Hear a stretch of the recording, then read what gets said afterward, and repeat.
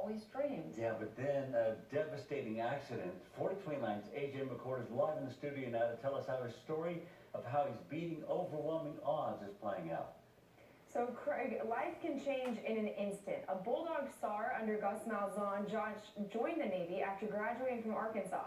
Then life led him to a small mountain town. And now the man who's always fought for his loved ones has his loved ones fighting for his life. That particular neurosurgeon, it was the worst scan he's ever seen. But then he said, the pictures that you see are not a person. And he told us Josh he's got a chance. And then he held his hand up and said, there's always this much of a chance. We've kind of lived in that inch of space between the neurosurgeon's fingers ever since that point. After school, Josh decided he wanted to make a difference in this world by joining the Navy. He went through the grueling process of becoming a Navy SEAL before a shoulder injury got him medically discharged. A few years later, he was living in a small mountain town in Colorado, working towards opening his own gym. But on September 26, 2016, that dream would come to a crashing halt.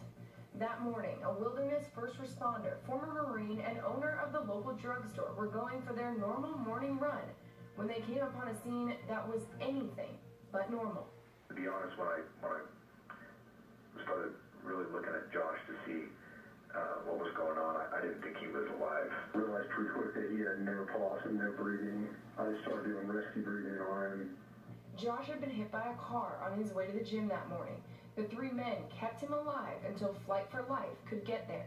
The family was immediately notified and rushed to the hospital in Colorado Springs, where the waiting room was filled to the brim with friends.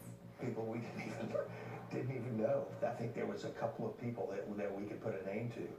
But these were people that had showed up from Buena Vista and had heard about Josh and had simply wanted to support him.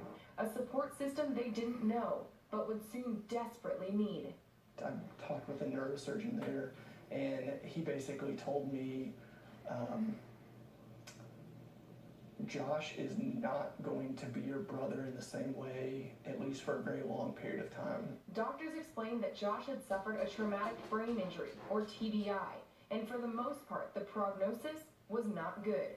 But just when they thought the advice would be to let him go, the neurosurgeon stepped up. And then he held his hand up and said, there's always this much of a chance that he could pull through this. And we don't know what it'll look like, but there's always this chance. And there was just a real collective, kind of like in Vegas, all of our chips went into that 10%. The last 7 months, Josh has steadily improved, faster than many doctors thought possible. It's fun to watch a doctor try to be clinical and not be giddy. Josh spent much of his time recovering at the VA in San Antonio, but this week, he's coming home, far from healed, but on the road to it. The doctors say it's called a minimally conscious state. He can react emotionally to situations. We can see that in his eyes. These last months have been hard, to say the least. But the overwhelming emotion Josh's family feels isn't sadness. Far from it. We could not be more thankful for the support and the impact that's had on us.